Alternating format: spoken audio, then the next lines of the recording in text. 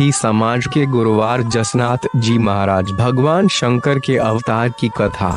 सिद्धेश्वर श्री देव जसनाथ जी के पोषक पिता एवं कत्रियासर के तत्कालीन अधिपति हमीर जी जानी के पूर्वजन्म के संबंध में जसनाथी सिद्धों में यह कथा प्रचलित है कि पूर्वजन्म अथवा पूर्व जन्मांतरों में हरि ऋषि नाम के ब्राह्मण थे।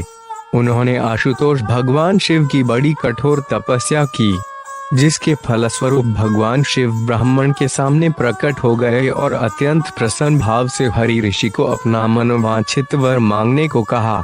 ब्राह्मण भगवान शिव के दिव्य स्वरूप के दर्शन कर खुश हो गया। वह नेत्रों से भगवान के चरणों में लीन हो गया। उस ब्राह्मण को भगवान शिव से अधिक कोई वस्तु प्रिय प्रतीत नहीं हो रही थी। यह सर्वथा उचित है कि भगवान के दर्शन मधु के सामने ऐसी कौन सी वस्तु है जो प्रिय प्रतीत होती हो।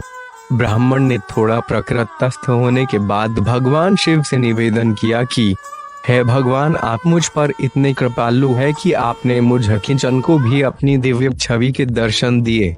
मैं आपसे ऐसे वरदान की इच्छा करता हूँ कि मेरे घर आप जैसे पुत्र का आगमन हो। भगवान शिव ने हरि ऋषि को उसके वंचित वरदान के लिए तथास्तु कहते हुए यह कहा कि तुम्हारी यह मनोकामना कालांतर अथवा जन्मांतर में पूर्ण होगी।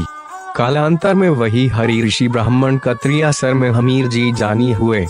सिद्ध रामनाथ जी ने यशोनाथ पुराण में यह कथा जसनाथ जी के मुंह से उस समय के कहलवाई है, जब श्री जसनाथ जी घर कपड़े त्याग कर वन में चले गए और एक दौरे पर ध्यान होकर बैठ गए। हमीर जी जानी ने जब उनसे घर चलने का आग्रह किया, तब सिद्धेश्वर जसनाथ जी ने यह कथा हमीर जी को सुनाकर आश्वस्त किया था कि उन्हीं वचनों के पालनहार तक मैंने आपके घर 12 वर्ष तक तृ रूप में निवास किया। कत्रियासर के हमीर जी जानी और उनकी धर्मपत्नी रूपादे बहुत ही सात्विक व्रती तथा उत्तम प्रकृति के दंपति थे। वह आस्तिक और धर्मात्मा भी थे। पंचायती में उनका वर्चस्व रहता था क्योंकि वे न्याय के पक्ष में रहते थे। सतयुग में हरि ऋषि ही इस जन्म में कत्रियासर में हमीर जी हुए और इस प्रकार शंकर भगवान ने जसनाथ जी के रूप में आकर अपना वचन पूरा किया।